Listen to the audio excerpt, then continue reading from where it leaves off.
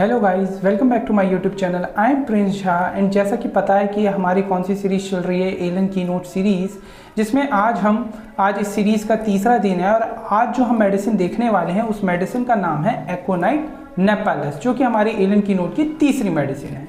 जैसा कि आपको पता है कि इस सीरीज़ के अंदर हमारा क्या मोटिव होता है कि हम कॉम्पिटिटिव एग्जाम के पॉइंट ऑफ व्यू से हर मेडिसिन को डिस्कस करते हैं। मैं उन पॉइंट को हाईलाइट करता हूं जिन पॉइंट से डायरेक्ट एमसीक्यू आते हैं एंड कहां पर आप गलती कर सकते हैं, मैं उन पॉइंट को भी आपको बताता हूं। क्योंकि इस सीरीज़ का जो मेन मकसद क्या है कि आपके किसी भी कॉम्पिटिटिव एग्जाम में कोई भी तरीके के जो एमसीक्यू हैं वो गलत नहीं होने चाहिए, है ना, आपके एमसीक्यू बन पाए, यही इस सीरीज़ का जो मेन मकसद है। ठीक है, तो आज इस सीरीज़ की तीसरी वीडियो है, यानी आज हम एलन कीनोट की तीसरी मेडिसिन जो कि हमारी क्या है, एकोनाइट नेपेलस, ये डिस्कस करेंगे, वो भी कॉम्पिटिटिव एग्जाम के पॉइंट ऑफ व्यू से।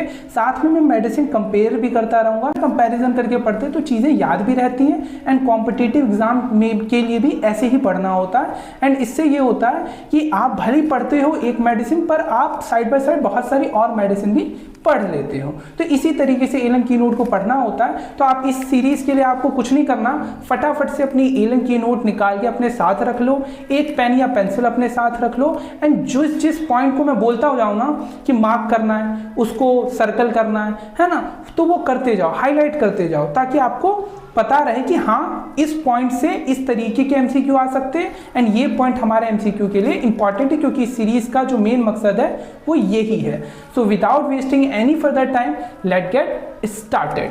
तो सबसे पहले जो हमारी एकोनाइट नेपेलस है, वही किसी भी मेडिसिन को पढ़ने से पहले उसका कॉमन नेम और उसकी फैमिली याद होनी चाहिए, क्योंकि मैच द फॉलोइंग में या डायरेक्टली भी पूछ लिया जाता है कि इस मेडिसिन की फैमिली बताओ, इस मेडिसिन का कॉमन नेम बताओ, तो आपको पता होना चाहिए। तो एकोनाइट नेपेलस का जो कॉमन नेम होता है वो क्या है, मॉन्क्सवुड, और इसकी जो फैमिली है वो क्या है, रेननकुलेसी। अब इसको आप ऐसे याद रख सकते हो कि जैसे कि जो एकोनाइट का पेशेंट होता है, आपको पता है कि बहुत ज़्यादा फियर, एंशियस होता है, तो एंशियस में क्या करेगा, है ना, भागेगा, है ना, तो रेननकुलेसी। तो इस तरीके से आप याद रख सकते हो। इसके पीछे मैं जस्ट आपको लॉजिक दे रहा हूं कि आपको कैसे याद रखना है। तो एंशियस होता है तो रन करेगा, है ना, तो रेननकुलेसी एकोनाइट की क्या हो जाएगी, फैमिली हो जाएगी। वहीं इसका कॉमन नेम क्या हो जाएगा, मॉन्क्सवुड, है ना, एंशियस है, बेचैन है, तो किन के पास जाएगा, मॉन्क्स के पास जाएगा। तो इस तरीके से आप याद रख सकते हो कि एक लॉजिक दे रहा हूं कि इस तरीके से आप याद रख सकते हो कि हाँ भाई एंशियस है, फियर है, तो किसके पास जाएगा, मॉन्क्स के पास जाएगा। तो कॉमन नेम यहां से आप क्या याद रख लोगे, मॉन्क्सवुड, और फैमिली क्या हो जाएगी, रेननकुलेसी। तो एकोनाइट नेपेलस का कॉमन नेम हो गया क्या, मॉन्क्सवुड, एंड फैमिली क्या हो गई, रेननकुलेसी। अब इसका जो पहला पॉइंट है वो क्या है, इसका कॉन्स्टिट्यूशन। तो कॉन्स्टिट्यूशन में फटाफट से अपनी एलन कीनोट में एकोनाइट नेपेलस जो कि पेज नंबर 4 पर दे रखा है, उसका कॉन्स्टिट्यूशन खोलो। तो कॉन्स्टिट्यूशन में मार्क करते जाओ ये जो मेडिसिन है ये किन पेशेंट्स के लिए इंपॉर्टेंट है, यंग पर्सन। इसमें लिखा हुआ ना, is generally indicated in acute और recent cases occurring in young person. अब ये जो यंग पर्सन है ना, इसको सर्कल करो, यंग पर्सन। तो सबसे पहला कॉन्स्टिट्यूशन में क्या याद रखना है, young person, important, young person को सर्कल करो। दूसरा क्या लिखा हुआ, स्पेशली गर्ल, यंग पर्सन में भी कौन, स्पेशली गर्ल्स, जिनका कैसा है, फुल प्लेथोरिक हैबिट है, कैसा है, फुल प्लेथोरिक हैबिट है, और who lead a sedentary life. तो सेडेंटरी लाइफ को भी सर्कल करो, सेडेंटरी लाइफ को भी सर्कल करो। एंड तीसरा क्या लिखा हुआ है, person easily affected by the atmospheric changes, and फिर क्या लिखा हुआ, dark hair and eyes and rigid muscular fibre, rigid muscular fibre को भी मार्क करो। क्वेश्चन में डायरेक्ट आ जाएगा कि young person, specially girls, full plethoric और lead a sedentary life, rigid muscular fibre. तो अगर ये सारी चीजें आपको देखने को मिल रही है ना, easily affected by atmospheric changes, तो अगर ये सारे पॉइंट आपको देखने को मिल रहे हैं किसी भी क्वेश्चन में, डायरेक्ट डाल दिया और उसमें फिर ऑप्शन में आपको एकोनाइट नेपेलस दिख रहा है, तो आपको तुरंत एकोनाइट नेपेलस को टिक मार देना। तो इस तरीके से ना क्वेश्चन आ जाते हैं, डायरेक्ट कॉन्स्टिट्यूशन उसका डाल देगा, ठीक है, कि यंग पर्सन है, स्पेशली गर्ल है, फुल प्लेथोरिक हैबिट है ना, रिजिड मस्कुलर फाइबर है, easily affected by the atmospheric changes हैं। तो ये सारे पॉइंट किसकी तरफ इंडिकेट कर रहे हैं, एकोनाइट नेपेलस की, है ना, रीसेंट एंड एक्यूट केसेस में है ना। ये सारी चीजें आपको एकदम दिमाग में भी एंड अपनी एलन की नोट में भी एज इट इज मार्क करके रखनी है, क्योंकि यहां से क्या बन सकता है, एमसीक्यू बन सकता है। तो इतनी चीजें याद हैं, आपका कॉन्स्टिट्यूशन कंप्लीट हो गया। तो अभी तक हमने क्या देखा भाई, जो हमारी एकोनाइट नेपेलस है उसका जो कॉमन नेम होता है वो मॉन्क्सवुड होता है, और ये जिस फैमिली से बिलोंग करती है वो रेननकुलेसी फैमिली है।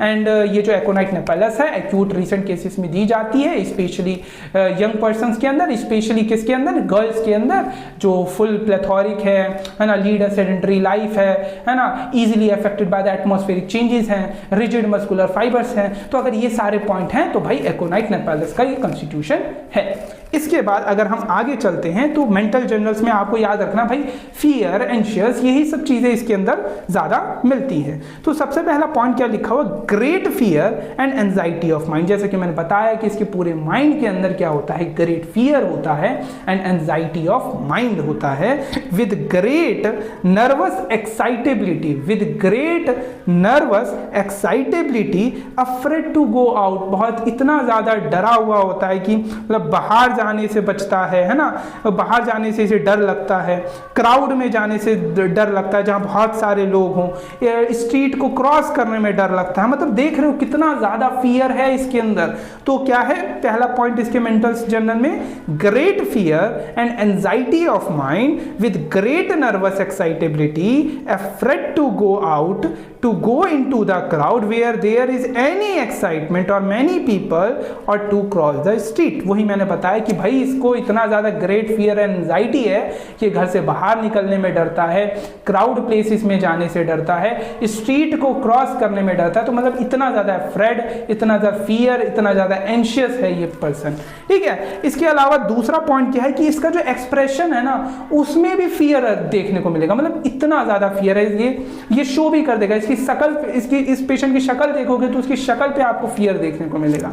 तो दूसरा पॉइंट वही है, the countenance is expressive of fear, the life is rendered miserably by fear, is sure his disease will prove fatal, predicts the day he will die, fear of death during pregnancy. Important, predicts the day he will die, ये भी हमारी एकोनाइट napellus भी है। इसके अलावा arsenic medicine भी है इसके अंदर। तो ये सारी मेडिसिन आपको याद रखनी है क्योंकि यहाँ से एमसीक्यू आ सकता है। तो इसको भी मार्क करके रख लो कि भाई जो काउंटिनेंस है इसका एक्सप्रेसिव ऑफ फियर होता है, लाइफ जो है rendered miserably by fear, sure his disease will prove fatal. इसको ऐसा लगता है कि उसकी जो डिसीज है वो क्या है, will prove fatal, predicts the day he will die, predicts the day he will die, and fear of death during pregnancy important point है। इसके अलावा ये बहुत ज़्यादा रेस्टलेस हो जाता है, एंशियस होता जाता है, does everything in great haste, मतलब बहुत जल्दबाजी में चीज़ें करता है, and must change position often, everything startles, मतलब छोटी सी छोटी चीज़ भी इसे चौंका देती है। स्टार्टल्स का मतलब चौंक जाता है ना छोटी सी छोटी चीज़ों से। इसके अलावा क्या है कि इसके अंदर क्या है, Hahnemann says whenever aconite is chosen homoeopathically you must above all observe the moral symptom। Basically वो ये कह रहे हैं कि जब भी आप एकोनाइट मेडिसिन दे रहे हो तो ऐसा ना हो कि पेशेंट आपके पास आया, पेशेंट एकदम काम दिख रहा है ना, तो उसको एकोनाइट नहीं दे देना। समझ रहे हो, एकोनाइट का पेशेंट के अंदर फियर, मोरल सिम्टम्स मींस जो उसके मेंटल्स हैं, फियर, एंशियस, उस पेशेंट के अंदर उसका काउंटिनेंस एकदम एक्सप्रेसिव ऑफ फियर, मतलब ये सारी चीजें उसके अंदर देखने को मिलनी चाहिए। उसके जो मोरल सिम्टम है एकोनाइट के, जो मेंटल सिम्टम है बहुत ज्यादा इंपॉर्टेंट है, वो पेशेंट में दिखेंगे तभी आपको एकोनाइट देना है। वही चीज हैनीमैन सर इस एलन की नोट के उनको कोट किया है एलन की नोट के अंदर, वही कह रखा है कि Hahnemann says whenever aconite is chosen homoeopathically, तो ये चीज कंफर्म करना बहुत जरूरी होता है। मोरल सिम्टम, उसके मेंटल्स, अगर पेशेंट के मेंटल्स के अंदर वो बहुत ज्यादा रेस्टलेस, एंशियस है ना, फियर, ये सारी चीजें उसके अंदर दिखनी चाहिए अगर आप एकोनाइट मेडिसिन सेलेक्ट कर रहे हो। तो वही चीज लिखी हुई है कि Hahnemann says whenever aconite is chosen homoeopathically you must above all observe the moral symptoms and be careful that it closely resembles them, है ना। पेशेंट के अंदर ये सारे फियर वगैरह, फियर, एंशियस वगैरह दिखने चाहिए, है ना। the anguish of mind and body, the restlessness, the disquiet not to be अलेड। अब ये जो नॉट टू बी अलेड है ना, इसको इस चीज को ना पूरा ना अच्छे से ना सर्कल कर लो, ठीक है। तो ये क्योंकि कई बार एज इट इज स्टेटमेंट जो है दे देते हैं, that is quite not to be allayed, है ना। तो ये जो लाइन है ये इंपॉर्टेंट है, कई बार एमसीक्यू में ये डायरेक्ट स्टेटमेंट दे देगा, तो आपको पता होना चाहिए ये किसके अंदर है, हमारा एकोनाइट नेपेलस के अंदर है। इसीलिए मैंने इस पॉइंट को बी अलेड को सर्कल कर रखा है, बी अलेड को आपको मार्क करके सर्कल करके रखना, यहाँ से एमसीक्यू आ सकता है। और ये लाइन सिर्फ ये इतना कहना चाह रही है कि आपको एकोनाइट मेडिसिन को होम्योपैथिकली प्रिस्क्राइब करने से पहले पेशेंट के जो मेंटल्स हैं, है ना, जो मोरल सिम्टम्स हैं, उसको देखना है कि वो रिसेंबल पेशेंट से कर रहे हैं कि नहीं कर रहे हैं, इसको हमें नज़रअंदाज नहीं करना है। तो ये सारी चीज़ें इंपॉर्टेंट है। इसके बाद अगला पॉइंट क्या है, यहाँ से एमसीक्यू आता है। जैसे ये सिम्टम ना डायरेक्ट दे देगा और पूछ लेगा कि मेडिसिन बताओ। The mental anxiety, worry and fear accompanies the most trivial ailment, किस मेडिसिन में, तो एकोनाइट नेपेलस में। तो इस पूरी लाइन को आपको अंडरलाइन करना है। क्या है लाइन, मेंटल एंजाइटी पहला, दूसरा worry, mental anxiety, worry and fear, ये क्या है, ये ट्राइवियल एलिमेंट्स हैं इस मेडिसिन के पेशेंट्स में जो आपको देखने को मिलेंगे। एक company is the most trivial elements, मतलब ये तीनों चीजें तो देखने को मिलेगी ही, एंजाइटी, वरी और फियर, ठीक है। ये तीन चीजें आपको इसके पेशेंट में देखने को मिलेगी ही, यही चीज लिखा हुआ है, मोस्ट ट्राइवियल एलिमेंट्स, ठीक है। अगला पॉइंट क्या है, अगला पॉइंट क्या बोलता है कि जो हमारा एकोनाइट का पेशेंट है, इसको म्यूजिक अनबियरेबल होता है, मेक्स हर सैड। इसको क्या है, जो म्यूजिक है वो अनबियरेबल है, म्यूजिक क्या है, अनबियरेबल है, मेक्स हर और हिम सैड, ठीक है। अब इसके ब्रैकेट में ना और भी मेडिसिन है और उनसे कंपैरिजन करना इस मेडिसिन का बहुत ज़्यादा इंपॉर्टेंट हो जाता है। वो कौन सी मेडिसिन है, तो एक तो आपका सबाइना है, नेट्रम्यूर है और सेबाडेला से भी हम कंपेयर करेंगे क्योंकि कुछ कुछ सिम्टम हमें करने हैं एकोनाइट के सेबाडेला से भी कंपेयर। तो सबसे पहले हम सबाइना से कंपेयर कर लेते हैं।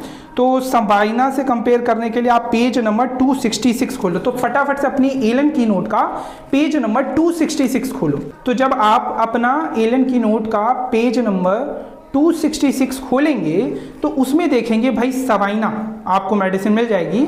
तो सबाइना मेडिसिन का सबसे पहला बात तो आपको कॉमन नेम अभी याद कर लो भाई, क्या होता है, सबाइन होता है और कॉनीफेरी फैमिली होती है। तो सबाइना जो है ये भी मार्क कर लो कि सबाइना का जो कॉमन नेम है वो क्या है, सबाइन है, और जो फैमिली है वो क्या है, कॉनीफेरी है। इसके मेंटल जर्नल्स पे देखो तो सबाइना के पेज नंबर 26 पे आप देखो इसका मेंटल जर्नल। तो मेंटल जर्नल में आपको मिलेगा क्या, म्यूजिक इज इनटॉलरेबल। देखो एकोनाइट नेपेलस में क्या है, म्यूजिक इज अनबियरेबल, वहीं सबाइना में क्या है, म्यूजिक इज इनटॉलरेबल, ठीक है। इनटॉलरेबल प्रोड्यूसेस नर्वसनेस, क्या प्रोड्यूस करती है म्यूजिक, नर्वसनेस, एंड फिर बहुत इंपॉर्टेंट लाइन आगे लिखी हुई है, इसको सर्कल करो, goes through bone and marrow, goes through bone and marrow को सर्कल करो। तो सिंपल देखो, जो म्यूजिक है एकोनाइट में अनबियरेबल है, मेक्स हर सैड, इतना लिखा हुआ है। फिर सबाइना मेडिसिन है, सबाइना में क्या लिखा हुआ भाई,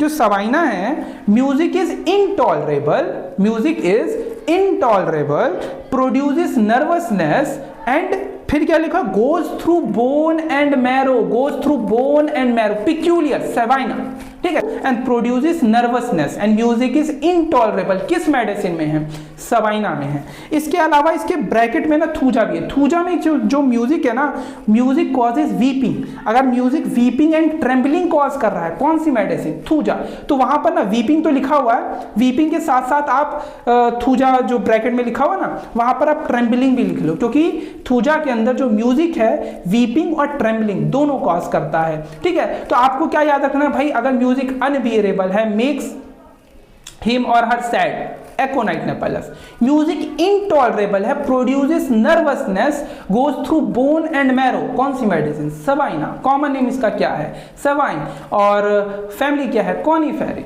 ठीक है, इंपॉर्टेंट। फिर मैंने क्या बताया, थूजा में क्या म्यूजिक प्रोड्यूस कर रहा है, तो थूजा में music produces trembling and weeping, है ना, music causes weeping and trembling in thuja. तो इंपॉर्टेंट, अगर म्यूजिक की वजह से वीपिंग एंड ट्रेम्बलिंग हो रही है तो थूजा है, अगर goes through bone and marrow और नर्वसनेस और इनटॉलरेबल है तो सबाइना है, और अगर म्यूजिक अनबियरेबल है, अगर म्यूजिक अनबियरेबल है, मेक्स हिम और हर सैड, तो इसमें क्या है, एकोनाइट नेपेलस है। अब वापस एकोनाइट नेपेलस पे चलो, तो हमने एक मेडिसिन तो कंपेयर कर ली, सबाइना, जो कि पेज नंबर 266 पर थी। दूसरी मेडिसिन क्या है, नेट्रम कार्ब। नेट्रम कार्ब हमारी क्या है, 212 पेज नंबर पे। तो फटाफट से 212 पेज नंबर अपनी एलन की नोट में खोलो। तो जब आप 212 पेज नंबर पर जाएंगे तो 212 पेज नंबर पर क्या लिखा, फटाफट से देख लेते हैं। तो 212 पेज नंबर पर लिखा हुआ है, आप मेंटल जर्नल्स में लास्ट पॉइंट देखो एलन की नोट में नेट्रम कार्ब का, तो वहां क्या देखने को मिलेगा, वहां क्या लिखा हुआ है, अटैक्स। आपको क्या देखना है, नेट्रम कार्ब में मेंटल जर्नल्स का जो लास्ट पॉइंट लिखा हुआ है ना, attack of anxiety and restlessness, इसको मार्क करो। तो नेट्रम कार्ब के पेशेंट में क्या होता है, अटैक्स आते हैं एंजाइटी एंड रेस्टलेसनेस के during thunder storm. During thunder storm को सर्कल करो। तो during thunder storm natrum carb के पेशेंट को क्या होता है, एंजाइटी होती है और क्या आता है, रेस्टलेसनेस हो जाता है, और ये चीज इसकी एग्रीवेट हो जाती है किससे, म्यूजिक से। किससे, म्यूजिक से। इंपॉर्टेंट आपको ये बात याद रखना है। ठीक है, तो आपको क्या चीज याद रखनी है कि भाई अगर एकोनाइट नेपेलस है तो उसमें म्यूजिक अनबियरेबल है, मेक्स हिम और हर सैड। इंपॉर्टेंट। सबाइना में क्या है, म्यूजिक इनटॉलरेबल है, प्रोड्यूसेस नर्वसनेस, और क्या है कि भाई goes through bone and marrow, ये चीज लिखी हुई, ये चीज है तो सबाइना है। तीसरा मैंने क्या बताया कि थूजा में भी जो म्यूजिक है वो क्या कॉज करती है, वो वीपिंग कॉज करती है, और वो क्या, ट्रेम्बलिंग कॉज करती है, तो वो क्या हो गया, थूजा हो गया। ठीक है, फिर हमने नेट्रम कार्ब पे आए। नेट्रम कार्ब में हमने क्या बोला कि इसके अंदर अटैक ऑफ एंजाइटी है ना, attack of anxiety and restlessness है ना, ये चीज आती है ड्यूरिंग थंडर स्टॉर्म, और ये चीज म्यूजिक से और एग्रीवेट हो जाती है। तो ये चीज किसके अंदर है, नेट्रम कार्ब के अंदर है। अब सबाडेला भी लिखा हुआ है तो उसको भी देख ही लेते हैं। अब फिर से 266 पेज नंबर पे जाओ, सबाइना के ऊपर ही जो मेडिसिन थी ना वो सबाडेला थी, तो उसको भी एक बार देख लेते हैं। तो अगर आप पेज नंबर 266 पर वापस जाओ, ठीक है, 266 पर वापस जाओगे और फिर पीछे आपको सबाडेला मिल जाएगी। तो सबाइना से एक आगे यानी 265 पेज नंबर पे खोलो, सबाडेला मेडिसिन आपको मिलेगी। तो सबाडेला मेडिसिन 265 पेज नंबर, फटाफट से 265 पेज नंबर अपना एलन की नोट का खोलो। वहां पर आपको सबाडेला में कॉन्स्टिट्यूशन का पहला पॉइंट पढ़ो। तो कॉन्स्टिट्यूशन आपको सबाडेला का पता होना चाहिए। तो इसमें क्या लिखा हुआ, suited to person of light hair, fair complexion with weak relaxed muscular system. अब जो ये रिलैक्स्ड मस्कुलर सिस्टम है ना, इसको सर्कल करो। एकोनाइट में क्या था, रिजिड मस्कुलर फाइबर। सबाडेला में क्या है, वीक। इंपॉर्टेंट, ये कंपेयर करके इसलिए बताता ताकि आपको याद रहे, रिलैक्स्ड और वीक है ना, वीक रिलैक्स्ड मस्कुलर सिस्टम है। तो relaxed muscular system sabadilla, rigid muscular fibre किसमें, तो एकोनाइट नेपेलस। इंपॉर्टेंट है इसीलिए बता रहा हूं, ठीक है। इसके बाद सबाडेला के रिलेशन में आओ, ठीक है, रिलेशन में इंपॉर्टेंट पॉइंट है। रिलेशन में दूसरा पॉइंट सबाडेला में क्या लिखा हुआ है, फॉलोज ब्राइनिया एंड रेननक्यूलस बल्बोसस, ठीक है, वेल इन प्लूरोसी, ठीक है, जो सबाडेला है वो फॉलो वेल करती है रेननक्यूलस बल्बोसस और आपका ब्राइनिया को वेल इन प्लूरोसी। तो प्लूरोसी को आपको सर्कल करना है। And has cured after aconite and bryonia failed. इसीलिए मैंने आपको सबाडेला का रिलेशन खोला, क्योंकि यहाँ पर एकोनाइट आया ना, तो हमें पता होना चाहिए ये सारी चीज़ें। तो जब एकोनाइट और ब्राइनिया फेल कर जाती हैं, है ना, तो तब उस केस के अंदर जो सबाडेला है वो क्योर करती है किसका केस, प्लूरोसी का केस। तो जब प्लूरोसी हम देख रहे हैं तो हमें एक और चीज़ याद आ रही है, एब्रोटिनम। एब्रोटिनम में भी हमने कुछ ऐसा पढ़ा था ना, प्लूरोसी वाला, है ना, तो एक बार उसको भी देख लेते हैं। तो फटाफट से वापस से आप एकदम अपना एब्रोटिनम मेडिसिन भी खोलो। तो जब आपको मैंने एब्रोटिनम मेडिसिन पढ़ाई थी तो वहां पर मैंने ये चीज बताई थी। तो एब्रोटिनम का रिलेशन खोलो। तो एब्रोटिनम के रिलेशन में अगर आप देखोगे तो क्या लिखा हुआ है, after aconite and bryonia in pleurisy when a pressing sensation remain when a pressing sensation remain in the affected side impending respiration. तो जब क्या हो, प्रेसिंग सेंसेशन हो, तो आफ्टर एकोनाइट एंड ब्राइनिया कौन सी मेडिसिन थी हमारी, कौन सी मेडिसिन थी, तो हमारी एब्रोटिनम थी। ठीक है, और अभी हमने क्या देखा कि जो सेबाडिला है हम कब सोचते हैं, प्लूरिसी के केस में ही सोचते हैं, जब हमारी एकोनाइट एंड ब्राइनिया फेल कर जाए तब हमारी सेबाडिला क्योर करती है। तो ये चीज लिखी हुई है, और प्लूरिसी के केस में ये ब्राइनिया रेननकुलस बल्बोसस को फॉलो वेल करती है और has cured after aconite and, और अगर एकोनाइट एंड ब्राइनिया फेल कर गई है तो सेबाडिला क्योर करती है। तो ये सारे पॉइंट्स है ना एमसीक्यू बने हुए हैं, इसीलिए मैं ये चीजें आपको बता रहा हूं। तो इसीलिए आपको ये सारी चीजें सर्कल करके मार्क करके रखने कि अगर भाई क्वेश्चन आ रहा है डायरेक्ट आपसे पूछ रहा है कि फटाफट से बताओ ब्राइनिया एंड रेननकुलस बल्बोसस के केस में कौन सी मेडिसिन फॉलो वेल करेगी, प्लूरिसी के केस में, तो आपको तुरंत पता होना चाहिए भाई सेबाडिला है। या ये चीज लिखी हुई है कि जब एकोनाइट और ब्राइनिया फेल कर जा रहे हैं तो कौन सी मेडिसिन क्योर करेगी, आपको पता होना चाहिए भाई सेबाडिला इसका भी आंसर है। या फिर क्वेश्चन आपसे पूछ लिया कि भाई अगर प्रेसिंग सेंसेशन है प्लूरिसी के केस में आफ्टर एकोनाइट एंड ब्राइनिया हम कौन सी मेडिसिन सोचते हैं, तो वो कौन सी मेडिसिन सोचते हैं, हम एब्रोटिनम सोचते हैं। तो ये सारी चीजें क्या हैं, एकदम रिलेटेड है ना, बट थोड़ा बहुत वर्डिंग का फर्क हो जाता है, इसी में कंफ्यूजन हो जाती है। तो आपको पता होना चाहिए अगर प्रेसिंग सेंसेशन है, प्लूरिसी है, एकोनाइट एंड ब्राइनिया के बाद की मेडिसिन पूछी है तो एब्रोटिनम है। अगर एकोनाइट एंड ब्राइनिया फेल कर गए तब कौन सी मेडिसिन क्योर करेगी, तो कौन है, सेबाडिला है।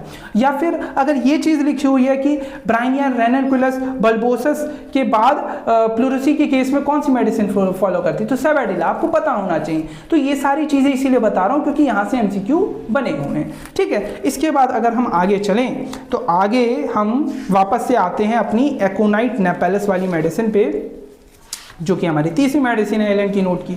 तो आप अगर वापस से आएंगे तो वापस से देखते हैं। अब हमने सारे मेंटल जर्नल के पॉइंट तो देख लिए ना भाई, अब देख लेते हैं भाई फिजिकल जर्नल में क्या लिखा हुआ है। तो फिजिकल जर्नल में पहला पॉइंट क्या है कि भाई caused by the exposure of dry cold air, dry north और वेस्ट विंड और exposure to draughts of cold air while in a perspiration, और क्या है bad effects of checked perspiration. तो बेसिकली इसमें क्या हुआ, एलिमेंट्स है ना, एकोनाइट के पेशेंट में एलिमेंट्स किस किस चीजों से होते हैं ना, कि कॉजेटिव फैक्टर्स क्या क्या हैं। तो basically exposure to dry cold air, dry north और west wind, exposure to draught of cold air, और while in a perspiration means जैसे कि पसीने में भीगा हुआ है ना, आके तुरंत पंखे में बैठ गया है ना, तो तुरंत जो उसका पसीना है चेक्ड हो गया है ना, रुक गया। तो इस तरीके से ये बीमार पड़ जाता है तुरंत, एक कहते हैं ना ठंडा गर्म हो जाना। तो बेसिकली आपको क्या क्या याद रखना है इस मेडिसिन के अंदर, तो complaints are caused by exposure to, पहला क्या है, exposure to dry cold air, dry north और वेस्ट विंड। तीसरा क्या है, exposure to draught of cold air while in a perspiration, और bad effects of checked perspiration. तो ये सारी चीजों से अगर कंप्लेंट्स आ रही हैं तो कौन सी मेडिसिन है हमारी, एकोनाइट नेपेलस। इसके बाद अगला पॉइंट क्या लिखा हुआ है, for the congestive stage of inflammation before localisation take place. Important, इस लाइन को एकदम मार्क करके रखो, डायरेक्ट पूछ लेता है कि भाई अगर कंजस्टिव स्टेज है इंफ्लामेशन की, बिफोर लोकलाइजेशन टेक्स प्लेस कौन सी मेडिसिन, तो एकोनाइट नेपेलस। आपको पता होना चाहिए बिफोर लोकलाइजेशन टेक्स प्लेस को सर्कल कर लो, ये चीज देखने को मिल रही है, before localisation takes place. And क्या लिखा हुआ है, कंजस्टिव स्टेज ऑफ इंफ्लामेशन, ये चीज लिखी हुई है, कौन सी मेडिसिन है आपकी, एकोनाइट नेपेलस है। इसके बाद अगला क्या लिखा हुआ है कि भाई इस पेशेंट को जो पेन होता है वो बहुत ज्यादा इनटॉलरेबल हो जाता है, वो एक तरीके से पेन के अंदर क्रेजी हो जाता है, पागल हो जाता है ना, they drive him crazy, and बहुत ज्यादा रेस्टलेस हो जाता है स्पेशली एट नाइट, क्योंकि नाइट में एकोनाइट पेशेंट की जो प्रॉब्लम है वो एग्रीवेट करती है। तो ये चीज भी आपको पता होनी चाहिए। इसके बाद अगर आप इसके फीमेल रिप्रोडक्टिव सिस्टम में जाएंगे तो उसमें क्या है कि एमिनोरिया है, वही इस मेडिसिन के अंदर फ्राइट आपको देखने को मिलेगा। तो जहां पर भी देखो फिर से क्या है, after fright, important, after fright को सर्कल करो। तो अगर ये चीज है, कौन सी मेडिसिन है, एकोनाइट नेपेलस है। तो क्या है, एमेनोरिया इन प्लेथोरिक यंग गर्ल, एक तो यंग गर्ल भी आ गया है ना, क्योंकि कॉन्स्टिट्यूशन में हमने पढ़ा था ना क्या, स्पेशली गर्ल्स, यंग पर्सन। फिर क्या आ गया, फ्राइट भी आ गया। तो ये सारी चीजें आपको अगर मिल रही है ना, तो आप ऑप्शन में एकोनाइट देखने को मिल रहा है तो आपको तुरंत क्लिक करना चाहिए, हाँ एकोनाइट मेडिसिन है, ठीक है। तो इस तरीके से आपको याद रखना है। तो amenorrhoea, plethoric young girls, plethoric young girls को वो करो, क्या कहते हैं, सर्कल करो। कॉन्स्टिट्यूशन में ही देखा था प्लेथोरिक यंग गर्ल्स, इंपॉर्टेंट है एकोनाइट नेपेलस में। आफ्टर फ्राइट, आफ्टर फ्राइट को सर्कल करो। To prevent suppression of menses, तो सप्रेशन ऑफ मेंसेस को प्रिवेंट करने के लिए भी हम ये मेडिसिन एकोनाइट नेपेलस देते हैं। तो बेसिकली अगर एमिनोरिया देखने को मिल रहा है प्लेथोरिक यंग गर्ल्स में, आफ्टर फ्राइट हम ये मेडिसिन सोचेंगे। To prevent the suppression of menses, है ना, तो इन सब केस में हम कौन सी मेडिसिन सोचेंगे, एकोनाइट नेपेलस। अगर ऑप्शन में एकोनाइट नेपेलस है, ये स्टेटमेंट है, आपको एकोनाइट नेपेलस पर टिक कर देना है। इसके बाद रेस्पिरेटरी सिस्टम में क्या है, रेस्पिरेटरी सिस्टम में जैसा कि मैंने बताया था इसमें ऑन एक्सपायरेशन, तो जब मैंने एसिटिक एसिड बताया था ना कि कफ ऑन इंस्पिरेशन या इनहिलेशन में कौन सी मेडिसिन थी, एसिटिक एसिड थी, और इनहिलेशन से स्पॉन्जिया में भी एग्रीवेट हो रही थी जब मैंने वो बताया था। अभी एक और बार देख लेंगे, तो जिन्होंने पुरानी वीडियो नहीं देखी है तो उनके लिए मैं दोबारा रिपीट कर दूंगा। तो देखते हैं क्या लिखा हुआ है रेस्पिरेटरी सिस्टम के अंदर। तो रेस्पिरेटरी सिस्टम में लिखा हुआ है cough croup dry hoarse, cough क्या है, cough croup dry hoarse, suffocating, loud rough, croaking, hard ringing, whistling, on expiration, on expiration को आपको सर्कल करना है, ठीक है, ऑन एक्सपायरेशन। तो कफ ऑन एक्सपायरेशन में हमारी कौन सी मेडिसिन है, एकोनाइट नेपेलस है। और फ्रॉम ड्राई कोल्ड विंड और ड्राफ्ट ऑफ एयर, हम पहले ही देख चुके हैं कि इसके जो एलिमेंट्स है किस चीज से हो रहे हैं, तो dry cold air, checked perspiration, इन्हीं सब चीजों से हो रहे हैं, ठीक है। तो कफ क्रूप भी इसके अंदर यही होगा, और loud rough, croaking, ringing and whistling and on expiration को सर्कल करना। तो ऑन एक्सपायरेशन में कौन है हमारा, एकोनाइट नेपेलस। तो बेसिकली अगर ये पूरा स्टेटमेंट दे रखा है, आप उसमें देखते हो कि क्वेश्चन के अंदर ऑन एक्सपायरेशन है, ड्राई कोल्ड विंड और ड्राफ्ट ऑफ एयर लिखा हुआ, तो तुरंत आपको क्लिक करना चाहिए। अगर ऑप्शन में एकोनाइट नेपेलस है तो एकोनाइट नेपेलस हमारा करेक्ट आंसर है। इसके अलावा ऑन एक्सपायरेशन में एक और मेडिसिन होती है कॉस्टिकम, पर मैंने वहां बताया था कि कॉस्टिकम में इंपॉर्टेंट एक और चीज क्या है कि उसको रिलीफ किससे मिलता है, bye drinking cold water. Normally इस कंडीशन में कोई गर्म पिएगा उससे आराम मिलना चाहिए, पर पिक्यूलियर है कॉस्टिकम के लिए कि उसको रिलीफ मिलता है बाय ड्रिंकिंग कोल्ड वाटर, है ना। तो इंपॉर्टेंट है, पिक्यूलियर है, तो इसको आपको सर्कल करके रखना है। वहीं आप कॉस्टिकम के अंदर भी ये चीज लिखी हुई कि ऑन एक्सपायरेशन उसका एग्रीवेशन होता है, तो कॉस्टिकम में भी एग्रीवेशन ऑन एक्सपायरेशन है। वहीं अगर मैं इंस्पिरेशन की बात करूंगा तो इंस्पिरेशन में कौन कौन सी मेडिसिन है, एसिटिक एसिड भी है और स्पॉन्जिया भी है। तो एक बार फटाफट से हम देख लेते हैं कि किसमें क्या है। तो एक बार अगर मैं आपको बताऊं एसिटिक एसिड, आप वापस से एसिटिक एसिड खोलो, एसिटिक एसिड के लिए पेज नंबर आपका क्या है, वही 3 पेज नंबर, ठीक है। तो 3 पेज नंबर पर अगर आप जाएंगे तो वहां पर आपको मैंने बताया था, आप रेस्पिरेटरी सिस्टम में जाएंगे तो वहां पर क्या लिखा हुआ है, कफ विद इनहिलेशन। तो कफ विद इनहिलेशन में क्या है, एसिटिक एसिड है। कफ ऑन एक्सपायरेशन में क्या है, एकोनाइट नेपेलस है, और आपका कॉस्टिकम में भी एग्रीवेशन होता है, ठीक है। और इनहिलेशन में एक और मेडिसिन आपकी एसिटिक एसिड में लिखी हुई है, कौन सी, स्पॉन्जिया। तो एक बार स्पॉन्जिया भी देख लेते हैं। स्पॉन्जिया के लिए 287 पेज नंबर खोलो। तो फटाफट से अगर आप फिर से पेज नंबर 287 खोलेंगे, पता है मैं बार बार क्यों बताता हूं, ताकि आप बार बार ये चीज देखोगे ना तो आपको याद होती जाएंगी, ठीक है चीजें। तो 287 पेज नंबर पर आप इसके रेस्पिरेटरी सिस्टम में लास्ट पॉइंट देखेंगे तो क्या लिखा हुआ है, लास्ट पॉइंट इसमें लिखा हुआ क्रूप। क्रूप में ये कैसा होता है, एंशियस, है ना। देखो एंशियस एकोनाइट का पेशेंट भी है, तो इसमें भी क्या है, एंशियस। एंशियस को मैंने बोला था कि सर्कल करके आपको रखना है। वीजिंग एंड एग्रीवेशन कहाँ हो रहा है, स्पॉन्जिया में, ड्यूरिंग इंस्पिरेशन, ठीक है, और ड्यूरिंग एक्सपायरेशन में ब्रैकेट में एकोनाइट मेडिसिन लिखी हुई है, ठीक है, और बिफोर मिडनाइट एग्रीवेशन है। वहीं बिफोर मॉर्निंग एग्रीवेशन पूछे तो कौन सी मेडिसिन? हिपार मेडिसिन। तो अगर बिफोर मॉर्निंग पूछे तो हिपार, बिफोर मिडनाइट पूछे तो Spongia, and during inspiration aggravation किसमें? स्पॉन्जिया के अंदर है। कफ ऑन इनहेलेशन किसके अंदर है? एसिटिक एसिड के अंदर है ना। कफ ऑन एक्सपायरेशन किसके अंदर है? एकोनाइट नेपेलस में है। कॉस्टिकम में भी है। तो कॉस्टिकम के लिए पेज नंबर 92 खोलो, पेज नंबर 92 पर चलो, एक बार फटाफट से देख लेते हैं। खैर ये सारी चीजें मैंने जब आपको एसिटिक एसिड बताया था तो वहां बताया था, मैं दोबारा रिपीट कर रहा हूं, ठीक है। जिन्होंने वो वीडियो नहीं देखी है आप वो वीडियो देख सकते हैं, बाकी मैं एक और बार बता देता हूं। तो रेस्पिरेटरी सिस्टम के अंदर क्या लिखा हुआ है? आप अगर 92 पेज नंबर पे कॉस्टिकम के रेस्पिरेटरी सिस्टम पर जाएंगे तो क्या लिखा हुआ है? Cough with hoarseness and soreness in chest with inability to expectorate. इन सारी चीजों को आप मार्क करते जाओ। Sputa must be swallowed and relieved, इसको सर्कल करना है।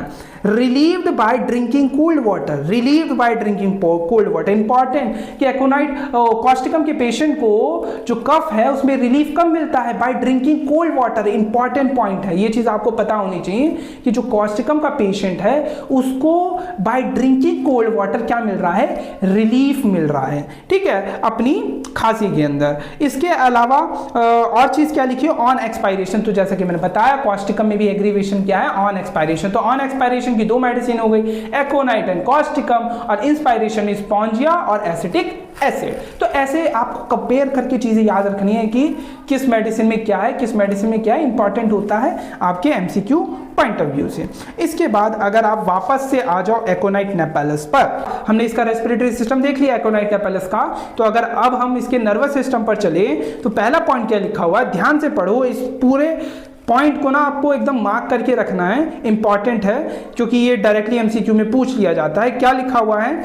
On rising from recumbent position, recumbent position means lying down position, the red face become deathly pale और ही बिकम्स फेंट और giddy and falls and he fears to rise again, often accompanied by vanishing of sight and unconsciousness। तो basically अगर आप ये पूरी line पढ़ेंगे ना, इसमें ये लिखा हुआ कि जो पेशेंट है जैसे ही वो लेटा हुआ है मान लो, तो जैसे ही वो उठ के बैठने की कोशिश करता है, राइज करने की कोशिश करता है, तो क्या होता है उसका जो फेस है जो कि रेड था जब वो लेटा हुआ था, वो डेथली पेल हो जाता है एंड वो एकदम से उसको चक्कर आने लग जाते हैं और वो वापस से फॉल कर जाता है एंड फिर उसे डर लगता है कि वो दोबारा उठेगा तो दोबारा गिर जाएगा, है ना। तो fear to rise again, and ऐसा कैसे होता है? तो उसमें उसको दिखना भी बंद हो जाता है एंड अनकॉन्शियसनेस उसमें आ जाती है। तो अगर ये पूरा सिम्टम आप देखेंगे ना, ये किस क्लिनिकल कंडीशन में देखने को मिलता है पेशेंट के अंदर? तो बेसिकली ये जो कंडीशन है ऑर्थोस्टैटिक हाइपोटेंशन की है। तो इंपॉर्टेंट, या तो ये पूरा सिम्टम लिख के दे देगा कौन सी मेडिसिन बताओ, या फिर क्या करेगा क्वेश्चन इनडायरेक्ट आएगा। क्वेश्चन क्या पूछेगा? Orthostatic hypotension, orthostatic hypotension clinical condition लिख के दे देगा और पूछेगा अब मेडिसिन बताओ। उसमें ऑप्शन में होगा एकोनाइट नेपेलस, आपको एकोनाइट नेपेलस पे टिक करना, क्योंकि ये जो ऑर्थोस्टैटिक हाइपोटेंशन है ये एक क्लिनिकल कंडीशन है जिसके अंदर यही चीज देखने को मिलती है कि इसमें क्या होता है, जो पेशेंट जब लेटा हुआ होता है तो जैसे उठ के बैठेगा उसका जो फेस है वो डेथली पेल हो जाएगा, वो उसको चक्कर आने लग जाएंगे, वो फिर से बेहोश हो जाएगा, फॉल कर जाएगा, है ना। तो ये चीज किसके अंदर देखने को मिलती है, किस क्लिनिकल कंडीशन के अंदर देखने को मिलती है? तो ऑर्थोस्टैटिक हाइपोटेंशन इंपॉर्टेंट है। एकोनाइट नेपेलस इस क्लिनिकल कंडीशन को कवर करती है, ठीक है। अगला पॉइंट क्या लिखा हुआ है नर्वस सिस्टम में कि convergence of teething children, important, इसको आपको सर्कल करना है, कन्वर्जेंस ऑफ टीथिंग चिल्ड्रन। तो जब मैं टीथिंग चिल्ड्रन पढ़ता हूं तो मुझे एक और मेडिसिन याद आती है। कौन सी मेडिसिन भाई? एथूसा। एथूसा में भी कुछ टीथिंग चिल्ड्रन का है ना, तो एक बार टीथिंग चिल्ड्रन का क्या लिखा हुआ वो देख लेते हैं। एक बार एथूसा मेडिसिन निकालो, ठीक है। एथूसा के लिए आप पेज नंबर 10 पर जाओ।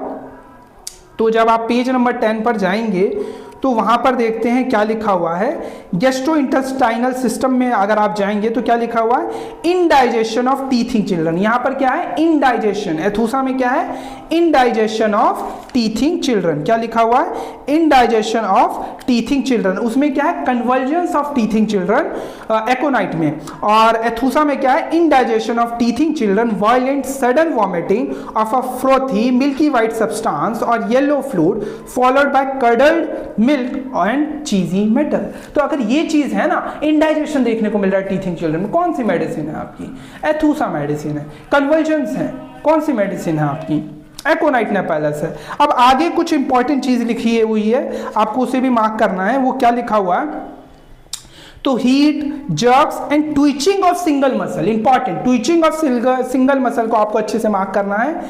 Child gnaws its fist, frets and scream, है ना।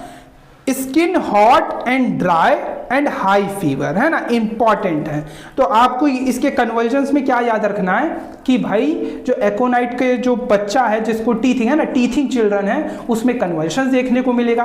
कैसा, तो basically heat, jerks and twitching of single muscle, पहला पॉइंट जो आपको याद रखना। दूसरा point, child gnaws its fist, है ना, फ्रेट्स एंड स्क्रीम। तीसरा पॉइंट आपको ये याद रखना है। चौथा पॉइंट, जो इसका जो स्किन है वो हॉट एंड ड्राई होता है एंड क्या देखने को मिलता है, हाई फीवर देखने को मिलता है। तो ये सिम्टम किसके अंदर है, आपका एकोनाइट नेपेलस में है। तो ये चीजें आपको याद होनी चाहिए। इसके बाद अगर आप इसके फीवर पे जाएंगे तो फीवर में क्या है, स्किन कैसी है, ड्राई है, हॉट है। तो जैसा कि मैंने बताया पहले भी ऊपर आ चुका है, जो स्किन होती है इसकी फीवर में कैसी हो जाती है, ड्राई हो जाती है, हॉट हो जाती है। अब जब मैं ये ड्राई और हॉट पढ़ता हूं ना, एसिटिक एसिड फिर से याद आता है। एसिटिक एसिड में भी था ना हेक्टिक फीवर, उसमें इंपॉर्टेंट क्या था कि एक रेड स्पॉट देखने को मिल रहा था, है ना। तो वापस से एक पेज पीछे खोलो, पेज नंबर 3 पे जाओ, तो वहां पर आप देखोगे फीवर में क्या लिखा हुआ है, एसिटिक एसिड में hectic fever, skin dry and hot. Important इसीलिए मैंने बोला क्योंकि skin dry and hot aconite napellus के अलावा किसके अंदर है, एसिटिक एसिड में भी है। एसिटिक एसिड में भी स्किन ड्राई एंड हॉट होती है, बट यहां इंपॉर्टेंट पिक्यूलियर क्या है, रेड स्पॉट ऑन लेफ्ट चीक और हेक्टिक फीवर और ड्रेंचिंग नाइट स्वेट, और यहां पर कोई थर्स्ट नहीं होती। एसिटिक एसिड के पेशेंट में फीवर के टाइम पर कोई थर्स्ट नहीं होती है, नो थर्स्ट इन फीवर। इंपॉर्टेंट है एसिटिक एसिड के लिए। तो एसिटिकम एसिडम में फीवर में क्या है, एक तो हेक्टिक फीवर है, दूसरा क्या है, वही स्किन ड्राई एंड हॉट है, किसकी तरह, एकोनाइट नेपेलस की तरह। और क्या है, red spot on the left cheek, important है। और क्या है, ड्रेंचिंग नाइट स्वेट है। और क्या है, नो थर्स्ट इन फीवर। ठीक है, तो ये चीज है एसिटिकम एसिडम के अंदर। वहीं एकोनाइट नेपेलस के फीवर की अगर हम बात करेंगे तो यहां पर भी स्किन ड्राई एंड हॉट है, बट यहां पर क्या है, फेस रेड और पेल, है ना। फेस या तो रेड है या फिर पेल एंड रेड अल्टरनेटली है। ठीक है, तो वहां पर जैसे एसिटिकम एसिडम में क्या था, वहां पर भी स्किन ड्राई एंड हॉट थी, वहां पर क्या थे, लेफ्ट चीक पे क्या था, रेड स्पॉट देखने को मिल रहा था। यहां पर क्या है, या तो फेस रेड है या तो फेस रेड है, या तो क्या है, पेल एंड रेड अल्टरनेटली। ठीक है, ये पॉइंट लिखा हुआ है। इसके अलावा एकोनाइट के पेशेंट में क्या होता है, बर्निंग थर्स्ट होता है for large quantities of cold water. क्या होता है, बर्निंग थर्स्ट होता है for large quantity of cold water. वहीं जो एसिटिकम एसिडम होता है उसके पेशेंट को जो फीवर है उसके अंदर कोई थर्स्ट नहीं होती, नो थर्स्ट। वहीं एकोनाइट नेपेलस में क्या है, बर्निंग थर्स्ट है for large quantity of cold water. But similarity क्या है कि दोनों के अंदर स्किन कैसी होती है, ड्राई एंड हॉट होती है। तो इस तरीके से कंपैरिजन करके पढ़ना होता है, इंपॉर्टेंट होता है। ऐसी अगर चीजें याद रखोगे तो डायरेक्टली एमसीक्यू में पूछा जाता है, तो आपको एज इट इज याद रखना है। इसके अलावा क्या है, intense nervous restlessness, tossing about agony. तो जैसे कि आपको पता है कि एकोनाइट के पेशेंट के अंदर फियर होता है, एंशियस होता है, रेस्टलेस होता है, तो ये चीजें तो आपको देखने को मिलेगी। टॉसिंग अबाउट इन एगनी मतलब बेड पे करवटे बदलता रहेगा, है ना, becomes intolerable towards the evening on going to sleep. तो जैसा कि मैंने बताया कि इसके पेशेंट को ना पेन इतना ज़्यादा मतलब इनटॉलरेबल पेन होता है, ये एकदम क्रेजी हो जाता है और इवनिंग में और ज़्यादा एग्रीवेट होता है, ठीक है। तो इंपॉर्टेंट है ये पॉइंट, अगर ये चीज़ देखने को मिल रही है तो कौन सी मेडिसिन है, एकोनाइट नेपेलस। अगला पॉइंट लिखा हुआ है, इंपॉर्टेंट है एमसीक्यू पॉइंट ऑफ व्यू से भी और क्लिनिकल प्रैक्टिस के पॉइंट ऑफ व्यू से भी। जो अगला पॉइंट है फीवर का, इंपॉर्टेंट है, आपको याद रखना है।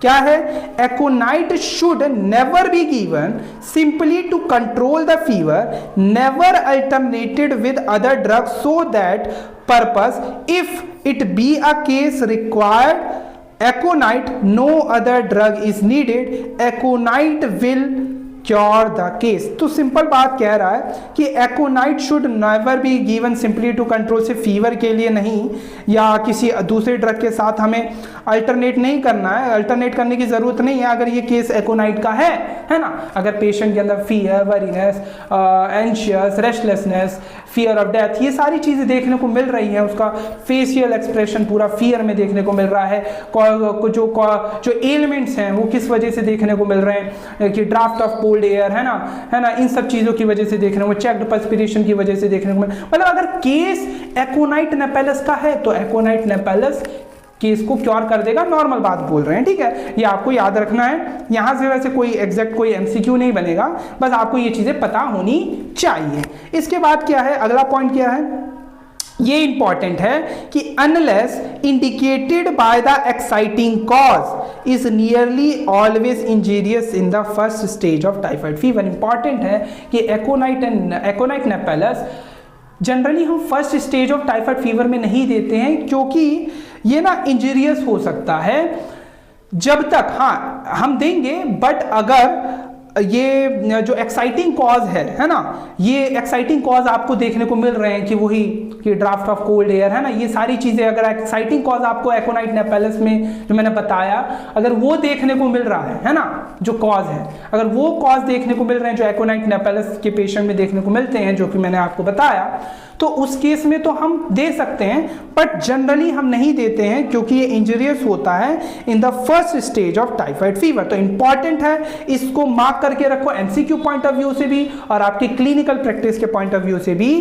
कि unless indicated by the exciting cause is always injurious in the first stage of typhoid fever. Important, इसको आपको मार्क करके रखना है। इसके बाद अगर आप इसके मॉडलिटी में जाएंगे तो मॉडलिटीज में क्या है, एग्रीवेशन। तो एग्रीवेशन में क्या है, इवनिंग, जैसे कि मैंने बताया कि इवनिंग हो गया, नाइट हो गया, वहां पर पेन कैसे हो जाते हैं, एकदम इनसपोर्टेबल हो जाते हैं। जब ये वार्म रूम में, क्योंकि इसकी स्किन भी कैसी है, ड्राई है, हॉट है, तो वार्म रूम में आएगा तो भी एग्रीवेशन होगा, है ना। राइजिंग फ्रॉम द बेड, देखा था ना हमने कि ऑर्थोस्टेटिक जो हाइपोटेंशन है उस कंडीशन, ये क्लिनिकल कंडीशन है, इसके अंदर ये देखने को मिलता है कि जैसे वो रिकम्बेंट पोजीशन से राइज करता है तो उसको चक्कर आने लग जाते हैं। तो ये बेसिकली क्लिनिकल कंडीशन है ऑर्थोस्टेटिक हाइपोटेंशन की, जिसके अंदर हम एकोनाइट नेपेलस सोच सकते हैं। तो वही एग्रीवेशन क्या है, when rising from the bed lying on affected side. अब लाइंग ऑन अफेक्टेड साइड में ब्रैकेट में दो मेडिसिन और लिखी हुई हैं, एक तो हिपार लिखा हुआ है,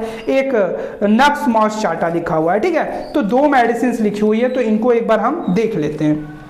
तो मैंने क्या बताया भाई एग्रीवेशन में कि इवनिंग नाइट में पेन इनसपोर्टेबल हो जाते हैं, वार्म रूम में आने से भी एग्रीवेशन है, राइजिंग फ्रॉम द बेड से भी एग्रीवेशन है, और लाइंग ऑन अफेक्टेड साइड, है ना, तो जो भी पार्ट अफेक्टेड है उस बल लेटने से भी इसको एग्रीवेशन होता है। तो लाइंग ऑन अफेक्टेड साइड से भी एग्रीवेशन। अब इसको ना आपको ना मार्क करना है क्योंकि यहां से एमसीक्यू बन सकता है। कैसे बन सकता है बता रहा हूं। लाइंग ऑन अफेक्टेड साइड में कौन सी मेडिसिन है, एकोनाइट नेपेलस है। अब एक बार क्या करो, हिपार सेल्फ खोलो, ठीक है। हिपार के लिए जो कि ब्रैकेट में लिखा हुआ 147 पेज नंबर, ठीक है। तो फटाफट से अपनी एलन की नोट का आप खोलो 147 पेज नंबर। तो 147 पेज नंबर पर आप मोडालिटी में एग्रीवेशन में आ जाएंगे, तो वहां पर आपको पहला ही पॉइंट देखने को मिल जाएगा हिपार सेल्फ में, एग्रीवेशन में, इसकी मोडालिटी में 147 पेज नंबर पर क्या मिलेगा, lying on painful side. Lying on painful side में कौन सी मेडिसिन है आपकी, हिपार सल्फ है। अब लाइंग ऑन पेनफुल साइड में दो और मेडिसिन ब्रैकेट में ही लिखी हुई है, एक तो काली कार्ब और आयोडम भी लिखी हुई है। तो आपको ये सारी चीज़ें पता होनी चाहिए। जैसे कि लाइंग ऑन अफेक्टेड साइड में एकोनाइट नेपेलस है, पेनफुल, और ऐसे ही हिपार में भी देखने को मिलता है। लाइंग ऑन पेनफुल साइड में भी हिपार सल्फ है। इसके अलावा दो और मेडिसिन लिखी हुई है, एक तो काली कार्ब लिखी हुई है और आयोडम लिखी हुई है। तो आपको पता होना चाहिए कि lying on affected side, lying on painful side कौन सी मेडिसिन है। तो आपकी एकोनाइट हो गया, हिपार हो गया, है ना, काली कार्ब भी लिखा हुआ है और आयोडम भी लिखा हुआ है। और आपने एकोनाइट के अंदर एक और मेडिसिन लिखी हुई थी हिपार के अलावा, ब्रैकेट में कौन सी, नक्स मॉस्चाटा, तो वो भी है, तो वो भी देख लेते हैं। तो उसको भी एक बार मार्क कर लेते हैं। तो नक्स मॉस्चाटा के लिए पेज नंबर खोलो 222। तो 222 पेज नंबर पर अगर आप जाएंगे तो देखते हैं क्या लिखा हुआ है। तो 222 पेज नंबर पर अगर आप जाएंगे तो नक्स मॉस्चाटा में मोडालिटी में एग्रीवेशन में लाइंग ऑन पेनफुल साइड में क्या है आपका, नक्स मॉस्चाटा है। और ब्रैकेट में क्या लिखा हुआ, इंपॉर्टेंट, यहां से एमसीक्यू बन जाता है। ऑन पेनलेस साइड कौन सी मेडिसिन, पल्स्टिला, इंपॉर्टेंट। तो आपने यहां से क्या सीखा कि लाइंग ऑन अफेक्टेड साइड में कौन सी medicine, aconite napellus. Lying on painful side में कौन सी मेडिसिन है आपकी, एक तो आपकी आ गई आपकी हिपार भी है, नक्स मॉस्चाटा भी है। और जब आपने हिपार देखा लाइंग ऑन पेनफुल साइड में तो वहां दो और मेडिसिन देखी, एक तो काली कार्ब भी देखी और आयोडम भी देखी, उनमें भी लाइंग ऑन पेनफुल साइड से एग्रीवेशन होता है। इसके बाद जब आपने नक्स मॉस्चाटा देखा, वहां जब आपने देखा कि लाइंग ऑन पेनफुल साइड से एग्रीवेशन है, तो ब्रैकेट में एक और चीज देखी, lying on painless side, important, painful side है तो आपका नक्स मॉस्चाटा है, हिपार सल्फ है, अफेक्टेड साइड मतलब वही पेनफुल साइड ही हो गया, तो एकोनाइट भी है, काली कार्ब है और आयोडम है, ये सारी चीजें आ जाएंगी। बट वहीं अगर ऑन पेनलेस साइड है, इंपॉर्टेंट, पेनलेस साइड है, तो कौन सी मेडिसिन है, पल्स्टिला है, important, painless side, lying on painless side से एग्रीवेशन किसके अंदर है, तो पल्स्टिला के अंदर है, इंपॉर्टेंट है, यहां से एमसीक्यू बनता है, इसीलिए मैं इतनी बार बता रहा हूं। इसके बाद वापस से एकोनाइट नेपेलस पर आ जाओ। तो एकोनाइट नेपेलस में हमने एग्रीवेशन देख लिया, कंपैरिजन के साथ देख लिया है। अब देखते हैं एकोनाइट नेपेलस का एम्यूलरेशन। तो एम्यूलरेशन में क्या है, इन ओपन एयर, ठीक है। तो एकोनाइट नेपेलस के पेशेंट को ओपन एयर से एम्यूलरेशन होता है। अब पता है एमसीक्यू किससे बनता है, अब इसके ब्रैकेट में जो ये चार मेडिसिन लिखी हुई है ना, इससे बनता है। क्या होता है ना कि क्या करते हैं कि लिख देते हैं ओपन एयर से एम्यूलरेशन किस किस मेडिसिन में है, और बहुत सारी मेडिसिन के ग्रुप दे देते हैं ऑप्शन में, ठीक है। तो उसमें से करेक्ट चॉइस करना होता है, तो वहां इस तरीके का एमसीक्यू बन सकता है। तो इसीलिए आपको ये जो ब्रैकेट में ये जो चार मेडिसिन और लिखी हुई है ना, एज इट इज याद रखना है, क्योंकि डायरेक्ट ऑप्शन में ये चार मेडिसिन डाल के दे देते हैं। तो वहां पर आपको पता होना चाहिए कि हाँ, इन चार मेडिसिन में जब हमने एकोनाइट पढ़ा था तो इन चार मेडिसिन में एम्यूलरेशन था इन ओपन एयर। तो इसीलिए ये चार मेडिसिन बहुत इंपॉर्टेंट है, इसको सर्कल कर लो और याद कर लो कौन कौन सी चार मेडिसिन और है इन ओपन एयर में एम्यूलरेशन में। एकोनाइट तो है ही, इसके अलावा एलम है, और क्या है, मैग्नीशियम कार्ब है ना, और पल्स्टिला है और सबाइना है। तो इन मेडिसिन के भी अंदर क्या होता है, ओपन एयर से एम्यूलरेशन होता है। कौन कौन सी, एक तो एल्यूमिना हो गई, मैग्नीशियम कार्ब हो गई, पल्स्टिला हो गई और सबाइना हो गई। कौन कौन सी, एल्यूमिना हो गई, मैग्नीशियम कार्ब हो गई, और कौन सी हो गई, मैग्नीशियम कार्ब के अलावा आपकी हो गई पल्स्टिला हो गई और सबाइना। तो सबाइना, पल्स्टिला, मैग्नीशियम कार्ब और आपकी कौन सी मेडिसिन हो गई, तो आपकी एल्यूमिना।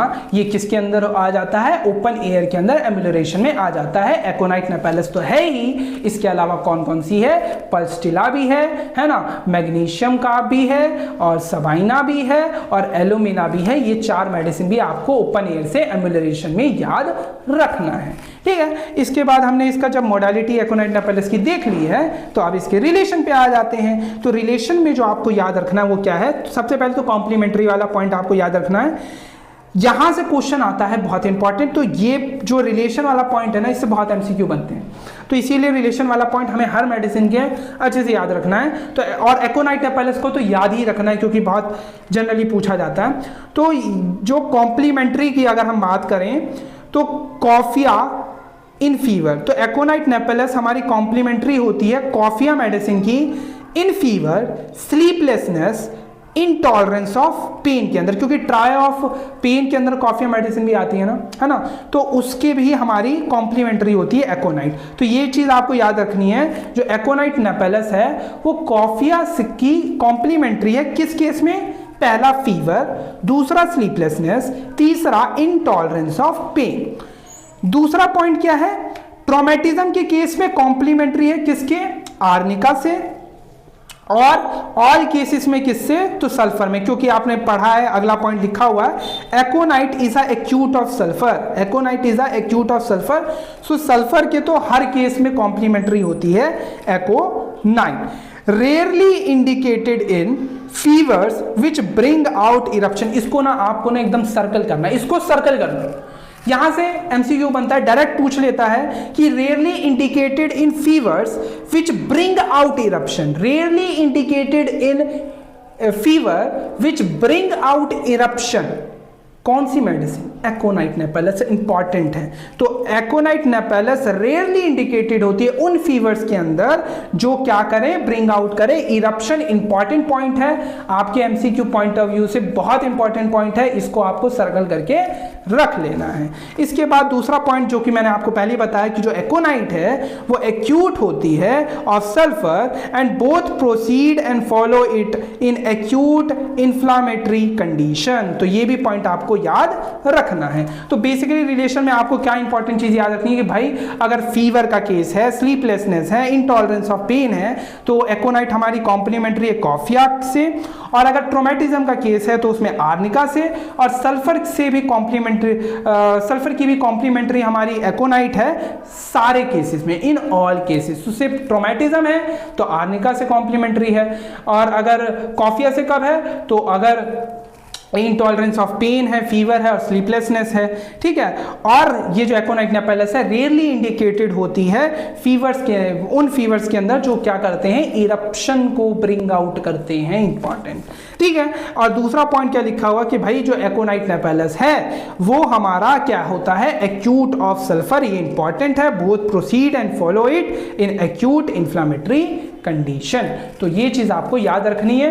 तो इसी के साथ ये जो हमने एकोनाइट नेपेलस है ये हमने कॉम्पिटिटिव एग्जाम के पॉइंट ऑफ व्यू से कंपेयर करके मेडिसिन को पढ़ लिया, और थोड़ा टाइम इसीलिए लग जाता है क्योंकि मैं हर चीज को बार बार इसलिए बोलता हूं ताकि आपको चीजें याद हो जाए। बहुत सारी मेडिसिन को हम कंपेयर करके पढ़ते हैं तो उसमें टाइम लग जाता है ना। बाकी अगर आप इस सीरीज को फॉलो करेंगे तो आपको पता होगा कि हाँ एलन की नोट से किस पॉइंट से किस तरीके के एमसीक्यू आते हैं, एंड इस तरीके से आप क्या करते हो, भले आप थ्योरी पढ़ रहे होते बट आप एक तरीके से एमसीक्यू भी सॉल्व कर रहे होते हो, ठीक है। तो इस सीरीज का जो मेन मकसद है आपको मेडिसिन पढ़ाना समझाना नहीं है, इस सीरीज का मेन मकसद है कि आपके एलन की नोट से किस तरीके के एमसीक्यू आपके कॉम्पिटिटिव एग्जाम में आते हैं, किस तरीके के क्वेश्चन आते हैं, कहाँ से आते हैं और आप कहाँ गलती कर सकते हो, है ना। तो यही है इस सीरीज का मेन मकसद। एंड अगर आपको ये जो वीडियो है ना पसंद आई तो आपको लाइक करना है ना, और अपने दोस्तों को शेयर करना है, और साथ में कमेंट ज़रूर करना है, क्योंकि इससे क्या मिलता है? मोटिवेशन मिलता है, ताकि हम इस सीरीज को कंप्लीट कर पाएँ, है ना। तो इसी के साथ ये जो हमारी मेडिसिन है कंप्लीट हो गई है। सो इसी के साथ ये जो हमारी वीडियो है कंप्लीट होती है। मिलते हैं किसी नई वीडियो के साथ, तब तक खुश रहें, मस्त रहें, जय हिंद।